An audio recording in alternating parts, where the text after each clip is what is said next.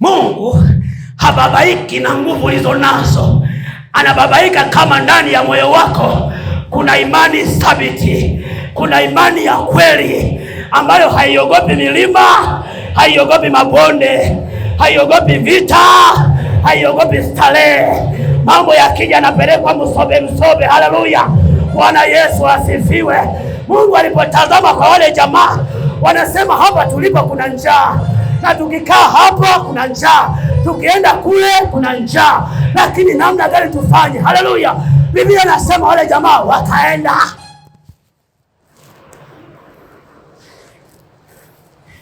Kauli mbiu yao ni moja: tukikaa hapa lazima tufe. Hapa tukikaa lazima tufe. Tukienda huko, neno lao nalolipenda hili hapa wamebadilisha: kama wakituhifadhi hai tutaishi, lakini kama wakituua tutakufa tu. Sasa liwalo na liwe. Haleluya. Mungu anataka watu wenye imani ambayo imesema kweli nina vikwazo vinanikabili, kweli nina ukuta unanikabili, kweli nina sheria na mazungumzo yananikabili, lakini liwalo na liwe, sitaiacha imani yangu kwa Bwana. Liwalo na liwe, sitaacha msimamo wangu kwa Bwana. Haleluya, haleluya, haleluya. Usiache imani. Bwana Yesu asifiwe. Mwalimu alisema asubuhi, adui wa karibu ni hiyo imani yako kutokuwa imesimama, inalegalega. Ikilegalega ni shetani wa kwanza.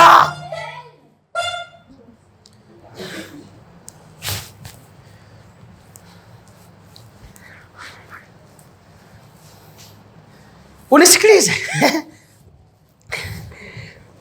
Ukisoma juu kidogo, Biblia inasema kuna nabii akatangaza kwamba kesho mchana majira kama haya kipimo cha unga mzuri utauzwa. Kuna jemedari mmoja wa jeshi wa ovyo aliyekuwa ameikimbia vita ya Washami, akaanza kumziaka, anasema kama Bwana angekufanyia badilisha mbinguni na uchungulie hili jambo, uliangalie kama linawezekana kabla hujalopoka. Nabii anasema wewe kazi yako utaona, lakini hautakula, utakanyaga ufe, kwa sababu haujaamini. Mungu anataka watu wenye imani hata kama mambo hayajatokea. Mungu anataka watu waamini, watu ambao wanaona zero lakini waone uwingi wa kutosha. Haleluya. Weka makofi na vigeregere kwa Bwana. Ya. Bwana Yesu asifiwe. Haleluya. Sikiliza, unabii umeshatolewa, wa kutimiza unabii hajaonekana bado. Hai, sikilize. Nazungumza na mtu mmoja. Ulipokuwa mdogo, wazazi wakakwambia mwanangu utakuwa profesa. Ulipokuwa mdogo wakakwambia mwanangu utakuwa msomi.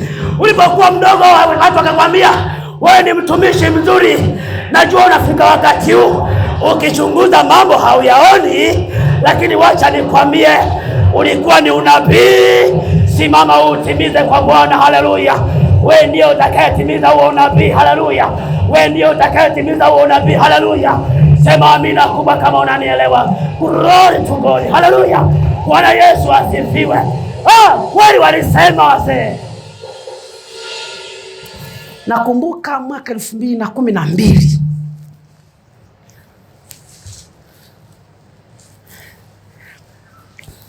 bado bange zikiwa hasijatoka vizuri sana. Unaniangalia eti nimevaa suti, unajua nimezaliwa hivi. Mwambie mamangu akuhadisie huyo hapo. Kaa naye chini akuhadisie.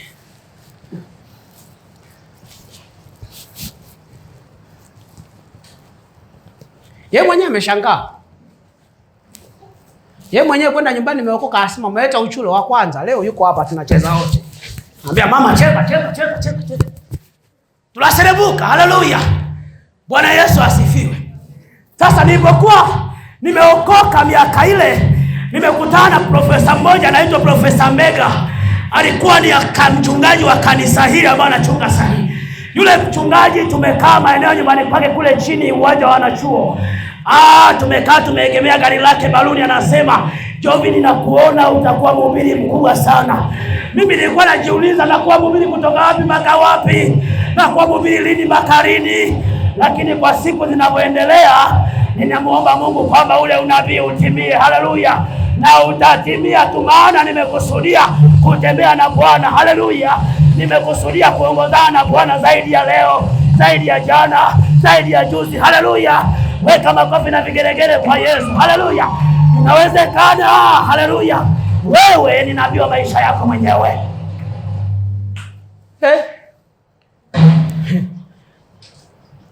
Hivi alikuwaga nani ule? Eti kaja kaambiwa so mzuri analia. Eti kakutana mfuka mnanga, muone baya, chogo, si nini.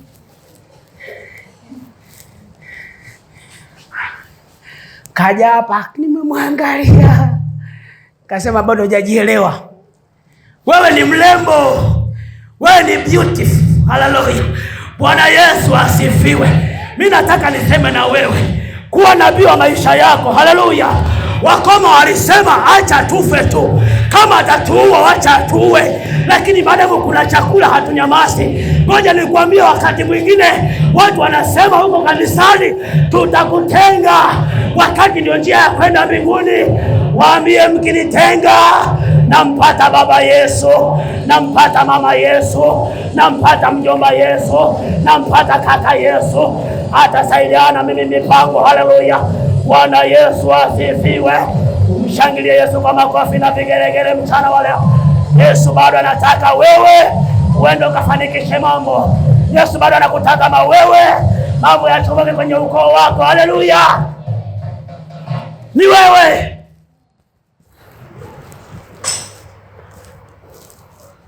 Ni wewe. Ni wewe kabisa. Siku moja nilikaa na Temba huyo, akawa ananiambia, asema, baba, kati ya watu wametoka kwenye mazingira duni ni mimi. Sasa nilipoanza kujenga nyumba, jambo la kwanza lilikuwa sio nyumba ndogo.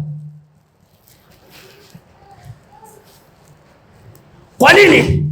Pale mtaani kwao ndio wenye kibanda cha kufanya hivi. Si unajua kama kule kwetu kule, ukitaka kuingia kwanza kama unasutu unavua pembeni kwanza, unajichomoza huko ndani pia. Umedondokea kwenye kamkeka.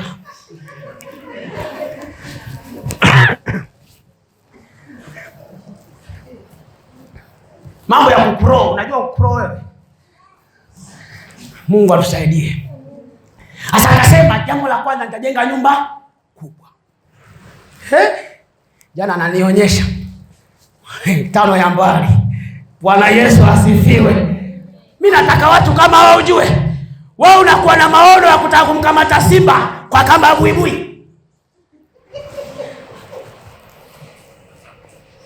Hayo kuna watu ukiwaangalia wanatia huruma, hawana hata mpango, hawana hata malengo, wapo tu. Ukiwauliza unataka kwenda kuishi wapi, wanasema sijapata hela. Umekosa malengo. Sikiliza, panga mahala pa kuishi, panga gari la kuwa nalo, panga watoto wako watakapokuwa. Haleluya.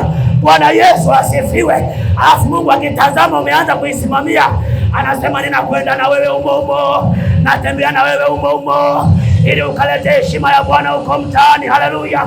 Bwana Yesu asifiwe. Mwana wa Mungu, usikae kizembe. Panga mipango yako vizuri, ili Bwana atembee kwenye hiyo mipango. Haleluya. Mshangilie Yesu kwa makofi na vigelegele. Simama.